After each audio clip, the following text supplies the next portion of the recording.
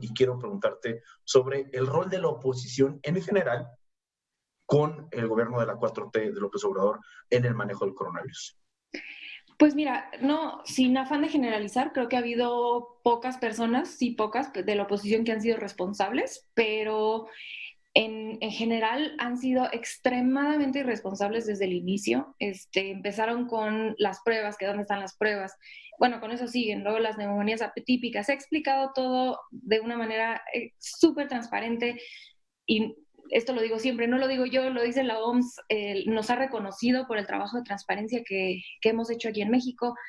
Y sin embargo, parece ser que están jugando este juego de hacerse como que no entienden o hacerse como que no creen la información, como si su lógica fuera mucho más, digamos, válida, que fueran interlocutores más válidos que el mismo López Gatell, que es un epidemiólogo. Entonces, desde ahí empiezo yo a pensar ¿cómo crees que la lógica o las extrapolaciones que haces tú con la sabiduría que tú tienes, y me incluyo en ese grupo, sobre otros temas, creer que puedes extrapolar esto a un tema tan complejo como la epidemiología y saber más que un propio epidemiólogo, que además de todo no ha dado una sola razón, la Secretaría de Salud? No hay evidencia alguna de que estén haciendo algo para esconder información, para que estén actuando de manera irresponsable. No hay una sola evidencia. Entonces, Claro. a mí, claro, nada, ¿no? Entonces, a mí me llegó al punto que ya no creo que sea que no entienden, sino que están dispuestos a dejar su dignidad como periodistas, como opinólogos y opinólogas, con tal de pegarle al gobierno. Entonces, me parece curioso porque ellos y ellas muchas veces son los mismos que dicen no politicen todo, no todo es política, y en realidad quien está politizando esto desde el mero principio ha sido la oposición, ¿no? De una manera muy ruin, porque yo soy de las que siempre defiendo que se debe politizar los temas, pero claro, no mintiendo, sin mentir. Exacto, justo tocabas hace unos minutos el tema de la veracidad de la información, ¿no? Y algo que he dicho en este espacio y también creo que en redes sociales lo he puesto, de verdad me cuesta mucho trabajo creer que este gobierno, cualquier gobierno medianamente responsable, querría ocultar este tipo de información. No le conviene, de verdad, es que es absurdo. Más allá de si los rankings, que si este país va mejor que el otro, que es un tema que personalmente yo he estado en contra por un tema metodológico, me cuesta trabajo compararlo, ¿no? Y ahorita sí que vamos a entrar en esa parte, pero al gobierno no le sirve mentir, no, para nada. Entiendo que cualquier persona pueda dudar del gobierno, se vale, es entendible, hay muchas razones para hacerlo, pero en este particular tema no hay razones para mentir. De ahí que vienen después una serie de críticas, ¿no? Se ha hecho la crítica de las pruebas masivas, que ya se explicó por qué no se hacían las pruebas masivas, y encima la misma recomendación de la OMS, como tú dices, se seguía. Y me acuerdo que decían, es que decía la OMS, test, test, test, prueba, prueba, prueba. Les faltó lo siguiente, all suspected cases. Todos los casos sospechosos. ¿Qué es lo que se hacía en México? ¿No? El método Centinela. Claro. Es increíble. Es increíble y que justamente estoy totalmente de acuerdo contigo. Creo que las comparaciones es uno, nuevamente, meterte un tema del que no somos expertos y expertas la gran mayoría de los que estamos opinando al respecto. Entonces, querer comparar un país con otro es inútil porque uno, claro, no en todos lados se hace el número, ahí sí, el número de pruebas dependerá, el número de casos dependerá del número de pruebas que haces, por supuesto. Y como no se hace en la misma, no estás midiendo de la misma forma. No es el mismo fenómeno, pues, o sea, no es el mismo fenómeno, no es el mismo instrumento de medición, por lo tanto la comparación es completamente espuria. Pero eso no ha detenido el tema a que la oposición diga, ¿sabes qué? Le voy a entrar y te voy a criticar. Y aquí te quiero preguntar algo. He leído, y particularmente pongo el caso de Álvarez Maínez, por ejemplo, que es de Movimiento Ciudadano, y otros. Bueno, Álvarez Maínez ha sido muy preciso en criticar el rol protagónico de Hugo López Gatell, que siento que de repente puede estirar la liga por ahí, pero bueno, es un fenómeno vivo que pues solamente viviéndolo lo estamos analizando, ¿no?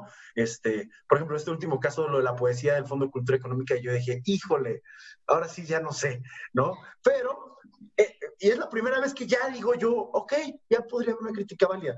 Antes era, ay, que si le respondió, que si no le respondió, que su rol protagónico. Oye, pues es el zar de este problema, A mí vamos bien. me tocó Y crítica que me hasta sigo que... con una más, con el caso de, y veía hace rato, una serie de legisladores que piden la renuncia del secretario de Salud, del director del Instituto Mexicano Social y de Hugo López Gatell, que me parece francamente sin pies ni cabeza.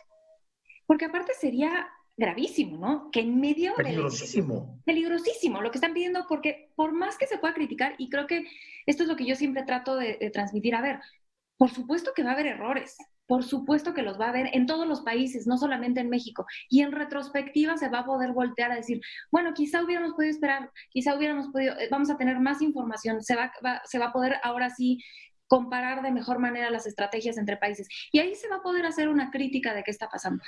Pero hoy querer cambiar el rumbo de la estrategia y pedir de manera irresponsable que renuncien las 3 personas más importantes de la gestión de esta pandemia, ¿y qué hacen? Entonces meten a 3, o sea, ¿cuál es su razonamiento? Pido su renuncia y luego ¿qué? Entran 3 nuevos que tampoco les van a gustar porque ¿quién los va a escoger? No, Renata, hay que decirlo, hay que decirlo.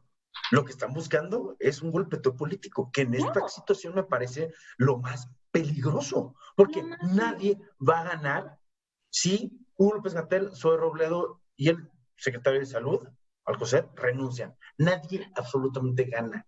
Porque además de todo, recordemos, y esto lo han dicho una y otra vez, y es sentido común, además de todo, que la estrategia de salud en cualquier epidemia, lo ha dicho López Gatell muchas veces, decir la verdad no solamente es una cuestión ética, sino es una cuestión técnica. ¿Y por qué es esto? Es una cuestión técnica porque necesitas que la población confíe en las autoridades de salud para que la ciudadanía siga las recomendaciones de su sana distancia, que siga el no ver a las personas, lavarse las manos, lo que se nos ha pedido hacer, necesitas confiar en quien te lo está pidiendo. Entonces, ¿qué pasa cuando minas la confianza de las autoridades? La gente, y probablemente lo curioso aquí es, esas mismas personas que han tratado de minar la confianza de las autoridades, muy probablemente siguen las recomendaciones porque saben que son lógicas y que tienen sentido. Entonces, la irresponsabilidad recae en que sus plataformas tienen un impacto y que pueden llegar lejos y llegar a personas que de repente sí digan, ay, pues sabes que sí nos están mintiendo, ya no hay que hacer nada, ni existe el coronavirus.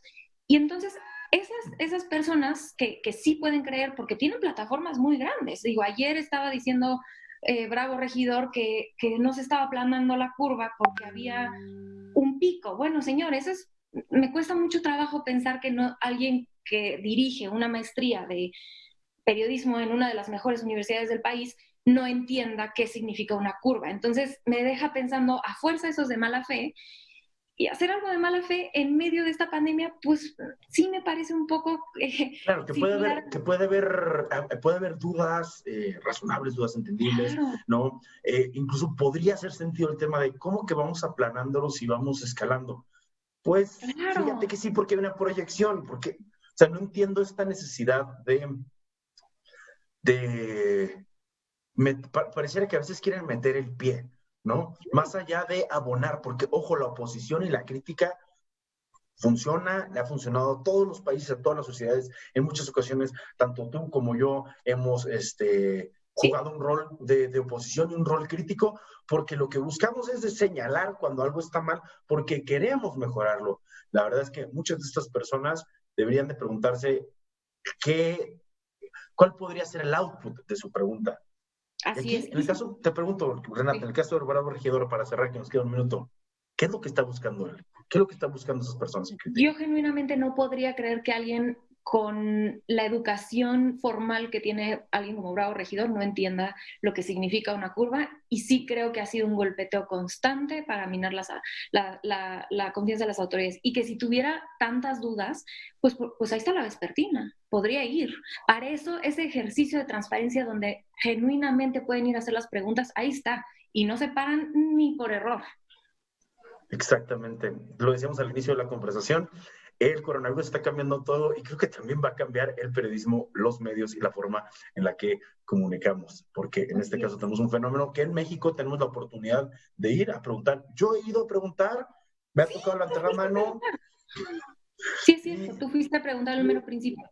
Claro, tenías dudas y eran dudas legítimas y se te contestaron. O sea, no hay país que esté haciendo conferencias diarias, por Dios, aprovechenlas. Si genuinamente tienen las dudas, aprovechen el espacio. Ahí está para ustedes. Y con una variedad de temas increíbles, lo que sucede en la conferencia nocturna, que creo que incluso le puso el estándar, de alguna forma, y me voy a atrever a decirlo, a la conferencia de la mañana, y que lo terminan repitiendo con la conferencia de bienestar y las otras que se les van ocurriendo. De verdad, fue un fenómeno increíble y vamos a seguir atentos al fenómeno. Renata, muchísimas gracias por este análisis, por estos momentos con nosotros. Igualmente, quédense en casa y que estén todos sanos y sanas. Exactamente. ¿Dónde te podemos seguir? @rturrent en Twitter y en Instagram. Perfecto, muchas gracias. Nos vemos.